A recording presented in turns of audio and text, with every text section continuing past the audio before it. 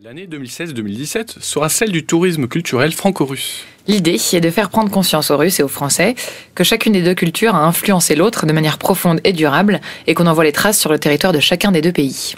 La datcha de Tourgueniev à Boudjival ou le voyage en Russie d'Alexandre Dumas. Résultat, les touristes français en Russie pourront suivre des itinéraires sur la route de l'influence française en termes d'architecture, de gastronomie ou de littérature. Et les touristes russes en France pourront suivre les traces des grands écrivains et des célèbres peintres de leur pays.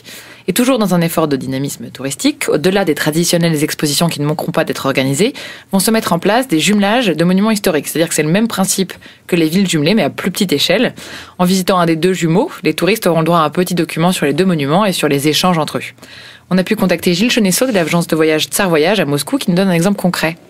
Vous voyez, il y a des initiatives qui sont assez sympathiques. Par exemple, Polénovo, donc qui est la demeure du peintre Polénov, qui est à 130 km de Moscou par exemple. Il y a eu l'inauguration l'année dernière d'un square Vassili Polénov à Veules-les-Roses en Normandie, où il avait travaillé et peint. Et donc, cette initiative de faire se retrouver ces lieux. Et cet été, donc, dans le cadre de toutes ces initiatives, il y a une délégation de Veules-les-Roses qui va venir à Polénovo. Donc, vous voyez, c'est très concrètement ce genre de choses qui se font.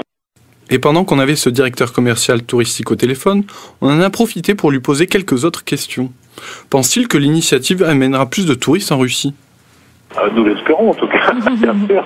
Oui, non, ça ne peut qu'attirer. Vous savez, je me rappelle de l'année culturelle, de l'année croisée franco-russe il y a quelques années. En 2010, il me semble. Voilà, et ça avait eu un effet tout à fait positif et intéressant.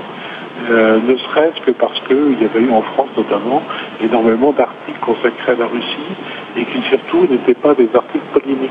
C'est-à-dire qu'on parlait de choses fortes, de choses culturelles et donc ça avait donné une image tout à fait positive, y compris il y avait beaucoup de choses dans la presse régionale, de choses comme ça. Donc c'était une image un peu différente de la Russie qui avait été mise à ce moment-là et je peux espérer que de nouveau on puisse trouver un peu ces choses-là, c'est-à-dire qu'on s'extrait des contingences politiques et diplomatiques actuelles pour retrouver un peu le fond de ce qui fait la relation franco-russe, c'est-à-dire une relation culturelle, artistique très forte.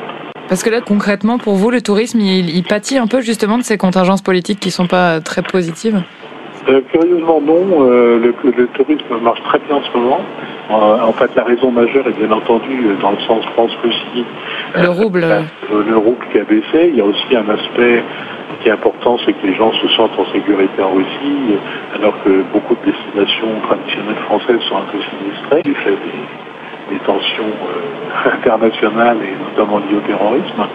Et donc la Russie est une destination qui redevient à la mode d'une certaine façon. Et surtout, ce qui est formidable, c'est que souvent les gens viennent première fois avec un petit a priori défavorable, mais ils en repartent toujours très enthousiastes et très convaincus de la nécessité de revenir. Donc c'est vraiment une très belle destination et nous sommes très contents de ça.